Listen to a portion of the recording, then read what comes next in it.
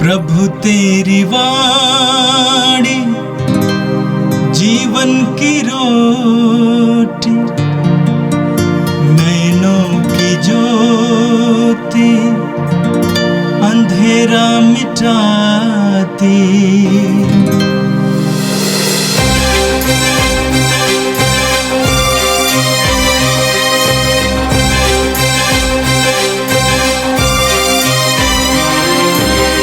प्रभु तेरी वाणी जीवन की रोटी, नैनों की ज्योति अंधेरा मिटाती। प्रभु तेरी वाणी जीवन की रोटी, नैनों की ज्योति अंधेरा मिटाती।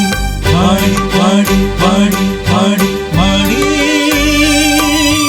पवित्र है, शाश्वत है, जीवन का मन्ना है।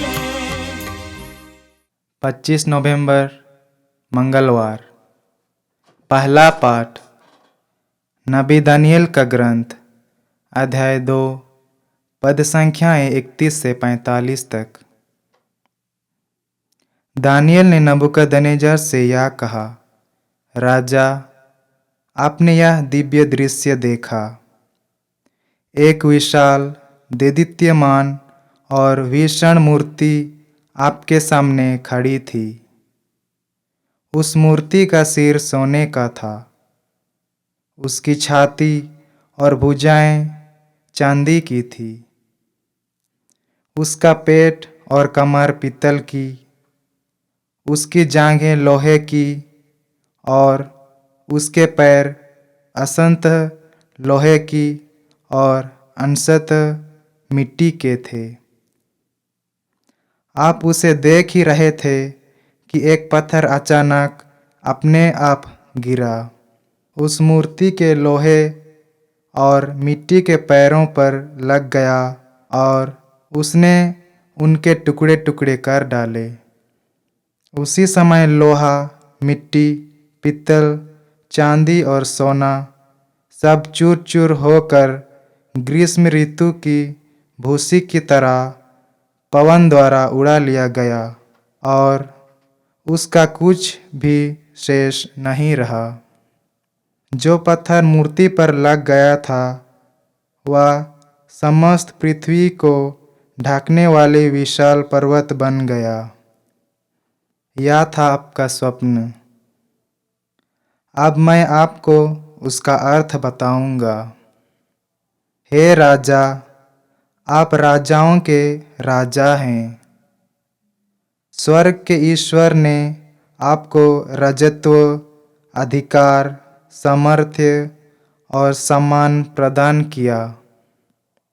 उसने मनुष्यों, मैदान के पशुओं और आकाश के पक्षियों को, वे चाहे कहीं भी निवास करें, आपके हाथों सौंपा और आपको सबका अधिपति बना दिया। मूर्ति के सोने का सिर आप ही हैं। आपके बाद एक दूसरा राज्य आएगा।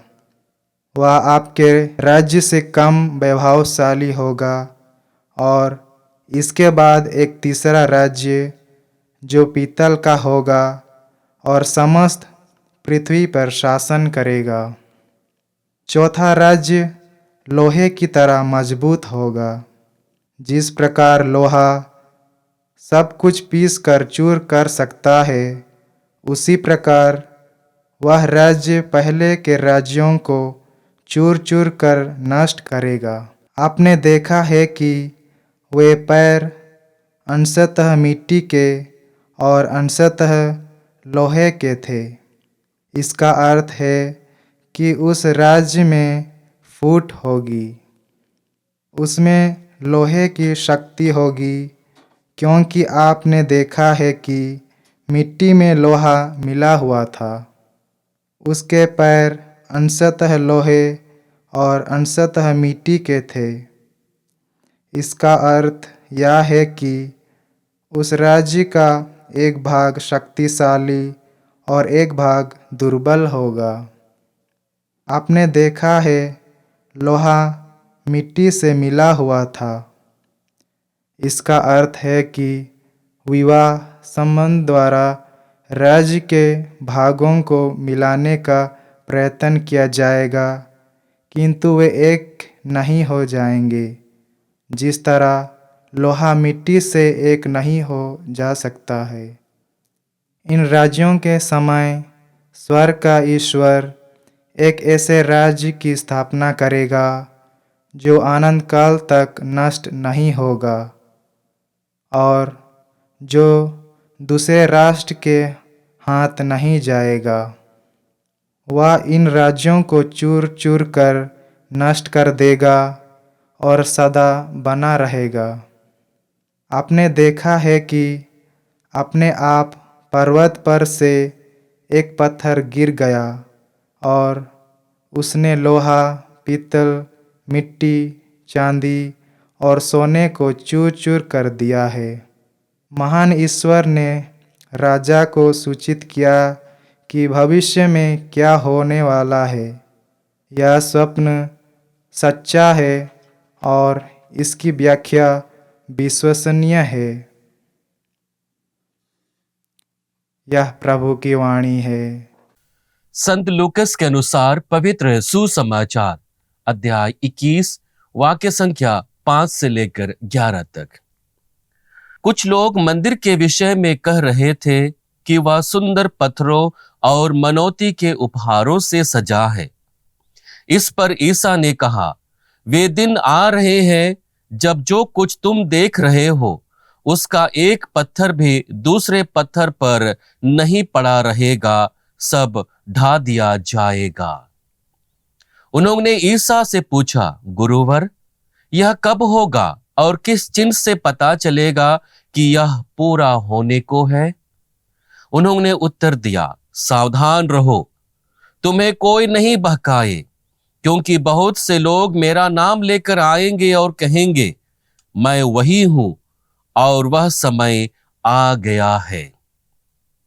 उनके अनुयायी नहीं बनोगे। जब तुम युद्धों और क्रांतियों की चर्चा सुनोगे तो मत घबराना। पहले ऐसा हो जाना अनिवार्य है, परंतु यही अंत नहीं है।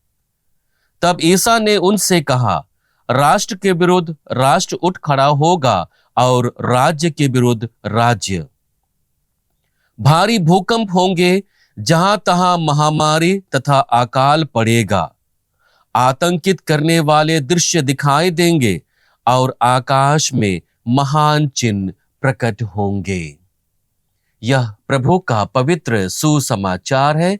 ख्रिस्त प्रभु की जय। यीशु में मेरे प्रिय भाई और बहनों, आज के दोनों पाठ में सांसारिक क्षणभंगुरता और ईश्वर के राज्य की स्थायित्व के विषय में मनन चिंतन करने का एक अवसर दे रहा है।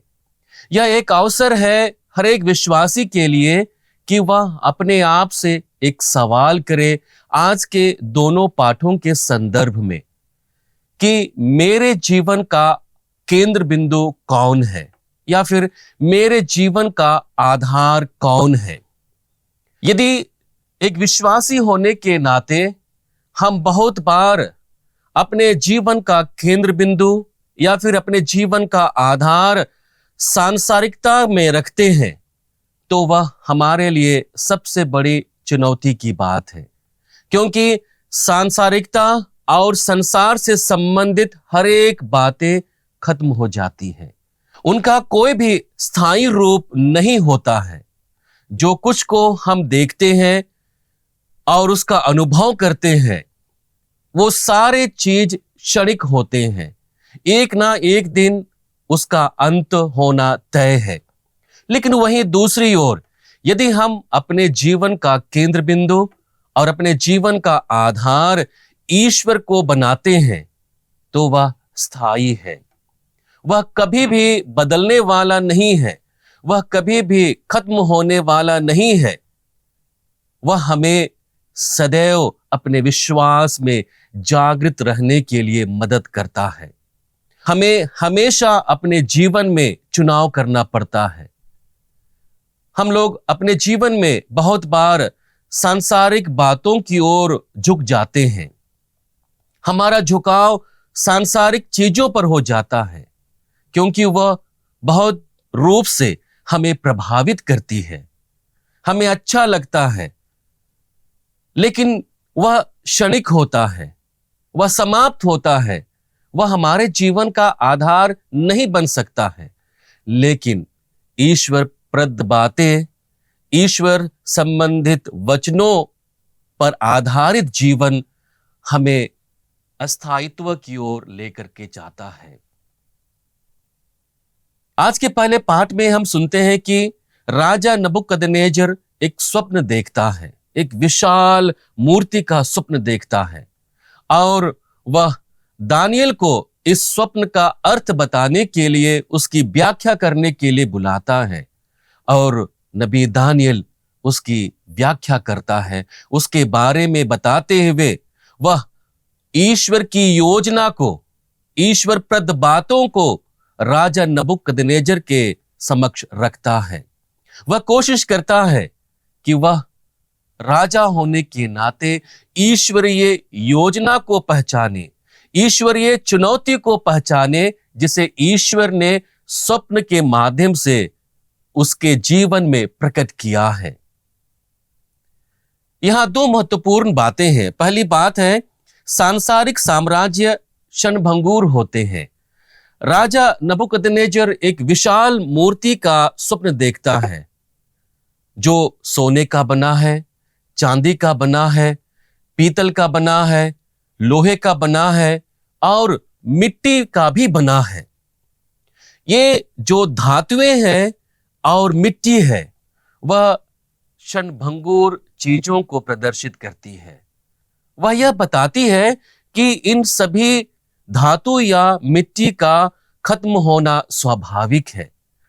इन दुनियावी चीजों का उदाहरण देते हुए ईश्वर राजा नबूकदनेस्सर को चेतावनी देता है कि जो स्थिति में वह अपने जीवन को जी रहा है, दूसरों पर अत्याचार कर रहा है, दूसरों पर अभियोग लगा रहा है, दूसरों के विश्वास को तोड़ रहा है, उसका सर्वनाश होना तय है।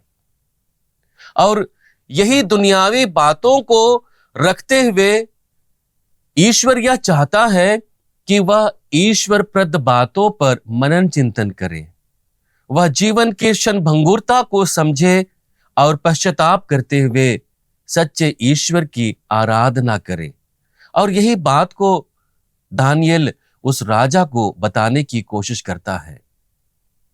यह बात हमें इस बात की ओर इंगित करता है कि दुनिया में बहुत बार रहते हुए हम सांसारिक मोह माया में पड़ जाते हैं और उसी पर आश्रित जीवन को जीने की कोशिश करते हैं, लेकिन बहुत बार हमें चोट और आघात प्राप्त होता है और यही वास्तविकता है। प्रभु यीशु संत मत्ती रचित सुसमाचार अध्याय 6 वाक्य संख्या 33 में स्वयं कहते हैं, तुम सबसे पहले ईश्वर के राज्य और उसकी धार्मिकता की खोज में लगे रहो और ये सब चीजें तुम्हें यूं ही मिल जाएंगी। हमारी प्राथमिकता ईश्वर के राज्य के संबंधित बातों की खोज पर लगा रहना चाहिए, ईश्वर प्रद बातों के मनन चिंतन पर लगा रहना चाहिए। और जब हम ऐसा करते हैं तो ईश्वर जो हर चीज के रचयिता है वह हमारी आवश्यकताओं को पूरा करता है, वह स्वतः ही हमें प्राप्त हो जाता है। दूसरी महत्वपूर्ण बात है कि ईश्वर का राज्य स्थायी है। हम वचन संख्या 45 में पढ़ते हैं जहां पर स्वप्न की विवेचना करते हुए नबी दानियल कहता है, आपने देखा है कि अपने आप पर्वत पर से एक पत्थर गिर गया और उसने लोहा, पीतल, मिट्टी, चांदी और सोने को चूर चूर कर दिया है। महान ईश्वर ने राजा को सूचित किया है कि भविष्य में क्या होने वाला है। यह स्वप्न सच्चा और इसकी व्याख्या विश्वसनीय है। नबी दानियल यह बताने की कोशिश करता है कि जिस जीवन को जीते हुए राजा यह समझता है कि उसका जीवन स्थायी है, उसका पराक्रम स्थायी है, उसकी स्थिति स्थायी बने रहने वाली है, तो उसी को आगाह करते हुए नबी दानियल यह बताने की कोशिश करता है कि आपके स्वप्न में आपने देखा कि एक पत्थर पहाड़ से निकल कर आती है और उस मूर्ति का सर्वनाश कर देती है। यह एक चिन्ह है कि ईश्वर तुम्हारे जीवन में प्रकोप लेकर के आएगा, क्योंकि तुमने ईश्वर को माना नहीं, ईश्वर की आराधना की नहीं, दूसरों को बहकाया, दूसरों को लड़ाया और दूसरों के जीवन में पाप लेकर के आया। और यही एक संदेश है, मसीह का संदेश, कि कैसे मसीह स्वयं आएंगे और इस धरा से जितने भी पाप हैं, जितने भी गलत कार्य हैं, उन सभी का सर्वनाश करेंगे, मृत्यु को अंत करेंगे, क्षणभंगुरता को अंत करेंगे और स्थायी जीवन को हमें प्रदान करेंगे। और वही बात यहां नबी दानियल राजा नबूकदनेस्सर को बताने की कोशिश करता है।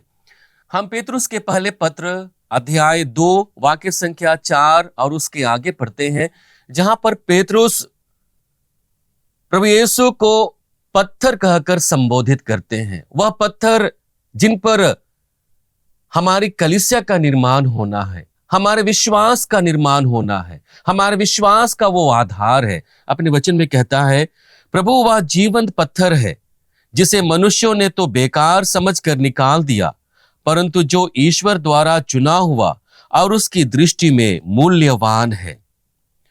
उनके पास आए और जीवंत पत्थरों का आध्यात्मिक भवन बने।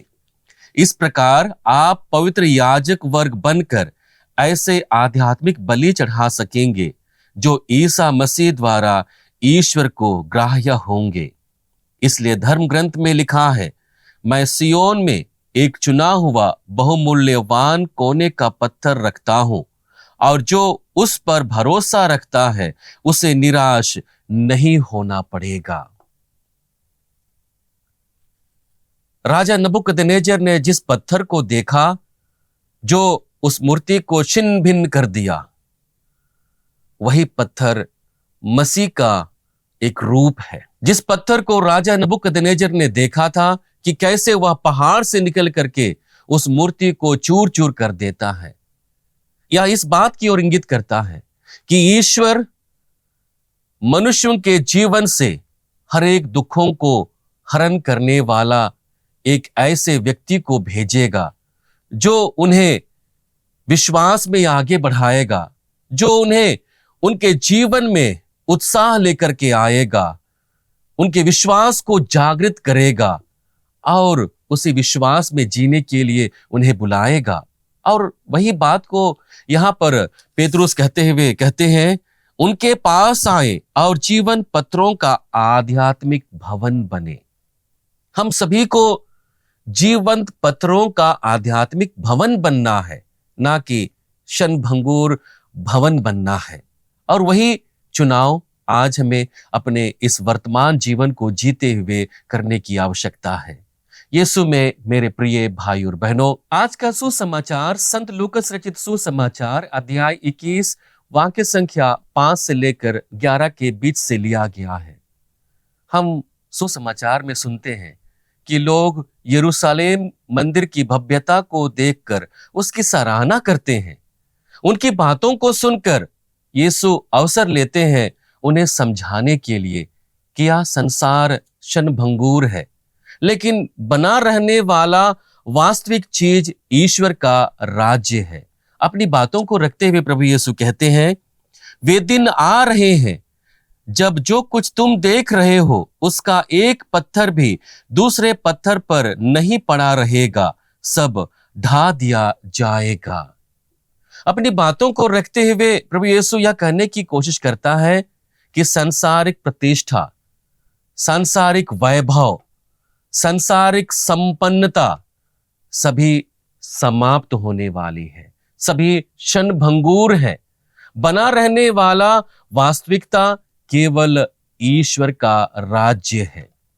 हम इब्रानियों के नाम पत्र अध्याय 13 वाक्य संख्या 14 में पढ़ते हैं, जहां पर पत्र के रचयिता समझाने की कोशिश करता है कि हमें अपने जीवन में वास्तविकता की खोज में लगे रहना चाहिए, सांसारिकता में नहीं, क्योंकि वह हमारा वास्तविक स्थान नहीं है। अपने वचन को रखते हुए पत्र के रचयिता कहते हैं, पृथ्वी पर हमारा कोई स्थायी नगर नहीं, हम तो भविष्य के नगर की खोज में लगे हुए हैं। यहां भविष्य ईश्वर के राज्य और ईश्वर संबंधित बातों पर केंद्रित जीवन की ओर इंगित करता है, और वही बना रहने वाला अस्तित्व है।